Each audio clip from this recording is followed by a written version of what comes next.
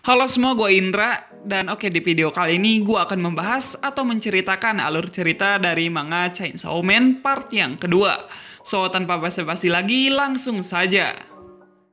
Nah, melanjutkan cerita sebelumnya, di mana saat setelah perkenalan Denji dan Makima, kini Denji dibawa oleh Makima ke kantor pusat pemburu iblis yang ada di Tokyo, atau bisa disebut juga sebagai kantor Biro Keamanan Publik dari Tokyo. Denji pun masuk ke dalam kantor tersebut, dan setelah tiba di ruangan kerjanya Makima, di sini Makima memberi Denji sebuah seragam dan memberitahu jika Denji akan segera bertemu dengan rekan sesama pemburu iblis.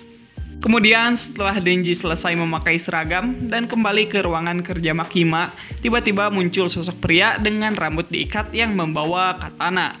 Dan pria itu bernama Aki Hayakawa. Aki sendiri diketahui sudah bekerja sebagai pemburu iblis selama 3 tahun. Dan ya, Makima menyuruh Denji dan Aki untuk pergi bekerja sama. Di sini Denji terlihat ogah yang kemudian mempertanyakan, bukankah dirinya akan bekerja dengan Makima? Yang kemudian setelah mendengar itu, Aki menyeret Denji keluar sambil mengatakan jika Denji tidak selevel dengan Makima. Tetapi sebelum Denji benar-benar keluar, Makima berjanji kepada Denji, jika Denji bekerja dengan baik, maka Makima akan bekerja bersamanya. Oke, beralih dari kantor pemburu iblis, kini Denji dan Aki berpatroli di kota yang terlihat cukup ramai dengan orang-orang. Ketika menjalani patrolinya, Denji bertanya pada Aki, apakah Makima sudah memiliki seorang pacar? Bukannya menjawab, Aki justru mengajak Denji ke sebuah lorong yang sepi. Dan ketika sampai, Aki langsung menghajar Denji, hingga Denji terkapar di tumpukan sampah. Aki pun menyuruh Denji untuk berhenti sebagai pemburu iblis. Dan apabila Denji kembali lagi, Aki akan menghajarnya kembali. Aki mengatakan jika seorang pemburu iblis yang tidak serius melakukan tugasnya akan terbunuh, dan sudah banyak rekan si Aki ini yang menjadi korban dari iblis. Jikalau Denji menjadi pemburu iblis hanya karena menginginkan Makima, maka menghajar dan menghabisinya merupakan perbuatan yang tepat. Kemudian setelah Aki mengatakan semua itu, Aki meludahi Denji dengan rokoknya dan pergi meninggalkan Denji sendirian. Namun ketika hendak pergi, Denji menendang bijinya si Aki hingga Aki terjatuh. Denji bilang jika dirinya pertama kali diperlakukan layaknya orang normal dan ditraktir makan setelah dirinya bertemu dengan Makima. Walaupun Denji menjadi pemburu iblis hanya karena iseng, jika dirinya bisa tetap hidup dengan layak, Denji tidak keberatan meskipun dirinya harus mati. Aki kemudian bangkit kembali dan langsung menghajar Denji. Dan untuk kedua kalinya, Denji menendang peler si Aki. Ketika sedang beradu bacot dengan si Denji, dikarenakan menerima 2 tendangan tepat di bijinya, Aki pun pingsan. Dan Denji membawa kembali si Aki ke kantor pusat pemburu iblis. Sesampainya di kantor pusat pemburu iblis, Denji dan Aki kemudian menemui Makima.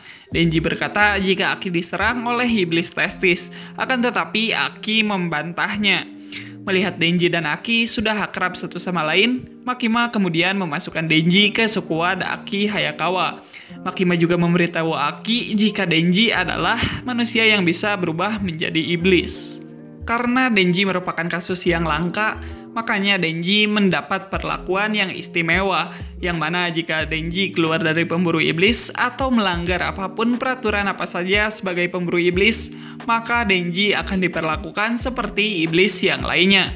Makima juga berharap agar Denji bekerja sebagai pemburu iblis untuk selamanya. Lalu setelah itu, Denji dibawa Aki pulang ke rumahnya, agar jika terjadi sesuatu, Aki dapat mengawasi Denji dengan mudah. Ketika itu, Denji bertanya apakah Makima orang yang jahat? Mengingat setelah mendengar ucapan Makima yang tadi, yang bisa dibilang cukup membuat Denji kecewa dan terkejut. Aki pun menjawab jika Denji harus bersyukur karena Denji tidak dibunuh sebagai iblis. Dan juga si Aki ini menyebutkan jika dirinya berhutang nyawa pada Makima. Denji pun seketika mengingat dirinya yang dipeluk oleh Makima dan mengatakan kalau dirinya ingin memeluk Makima untuk sekali lagi. Keesokan harinya diperlihatkan Denji dan Aki yang sudah tinggal bersama. Saat itu Denji yang menjalani kehidupan yang bisa dibilang jorok membuat Aki cukup kesal dan emosi. Kemudian di saat itu juga, Aki mendapat panggilan untuk menangkap manusia iblis yang muncul di pemukiman timur Nerima Ward. Sesampainya Denji dan Aki di lokasi sang manusia iblis, saat itu juga seorang polisi memberitahu mereka jika target mereka berada di lantai yang kedua. Lalu kemudian Denji bertanya apa itu manusia iblis sebenarnya, yang membuat Aki bertanya balik ke si Denji. Apakah Denji ini belum pernah menyelesaikan sekolah dasar? Denji pun bilang jika dirinya sama sekali tidak pernah pergi ke sekolah. Sepertinya pengetahuan tentang iblis di cerita Chainsaw Man sendiri dipelajari pada masa sekolah. Makanya Denji tidak tahu apa-apa mengenai iblis. Oke, menjawab pertanyaan Denji mengenai manusia iblis, Aki menjelaskan kalau manusia iblis adalah iblis yang mengambil alih mayat manusia. Dan yang menjadi ciri khas dari manusia iblis terletak pada bentuk kepalanya. Manusia iblis juga mempunyai kepribadian yang sama seperti iblis itu sendiri. Setelah sampai di lokasi si manusia iblis, Aki menyuruh Denji untuk membunuh si manusia iblis menggunakan kekuatan iblisnya, agar Aki bisa menilai apakah Denji bisa berguna atau tidak. Lalu Denji pun membunuh si manusia iblis hanya dengan satu tebasan kapaknya saja, yang membuat Aki bertanya mengapa Denji nggak memakai kekuatan iblisnya. Denji pun menjawab jika dirinya berubah rasanya terlalu merepotkan bagi Denji, serta agar mengurangi rasa sakit yang diterima si manusia iblis. Aki kemudian mendorong muka Denji ke jendela dan mengatakan jika manusia iblis termasuk iblis dan pemburu iblis tidak akan mengasihani iblis. Aki juga bercerita kalau semua keluarganya dibunuh oleh iblis di depan matanya sendiri, yang tentu saja membuat Aki memiliki dendam kesumat terhadap para iblis. Aki bilang kalau semua orang melakukan pekerjaannya dengan serius, kecuali Denji. Denji lantas mengatakan jika ada iblis yang mau berteman dengan dirinya, Denji akan senang hati menerimanya. Mendengar perkataan Denji tentu saja membuat Aki marah, yang kemudian dirinya meninggalkan Denji sendirian. Di sini lucunya alasan sebenarnya Denji membunuh si manusia iblis tanpa menggunakan kekuatan iblis Chainsaw-nya karena Denji nggak mau ada bercak darah yang mengotori majalah dewasa yang ada di sana. Oke, terlepas dari itu semua, di sini juga diperlihatkan Denji yang seolah berbicara dengan Pochita. Denji berkata jika dirinya sudah memenuhi kontraknya, yaitu mimpinya yang ingin bisa hidup dengan layak. Namun Denji juga merasa masih ada yang kurang. Yang kemudian Denji bertanya pada dirinya sendiri, apakah ada tujuan yang lebih besar daripada sekedar hidup yang normal? Denji kemudian membayangkan Makima yang pada akhirnya dirinya mempunyai tujuan baru, yaitu memegang Oppai.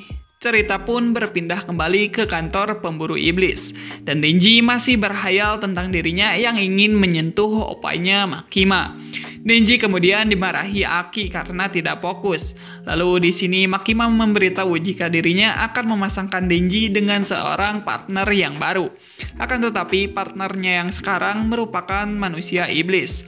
Dan tak lama kemudian sang partnernya Denji muncul dan memperkenalkan dirinya dengan nama Power. Saat kemunculannya, Power menyuruh semua yang ada di sana untuk tunduk terhadapnya.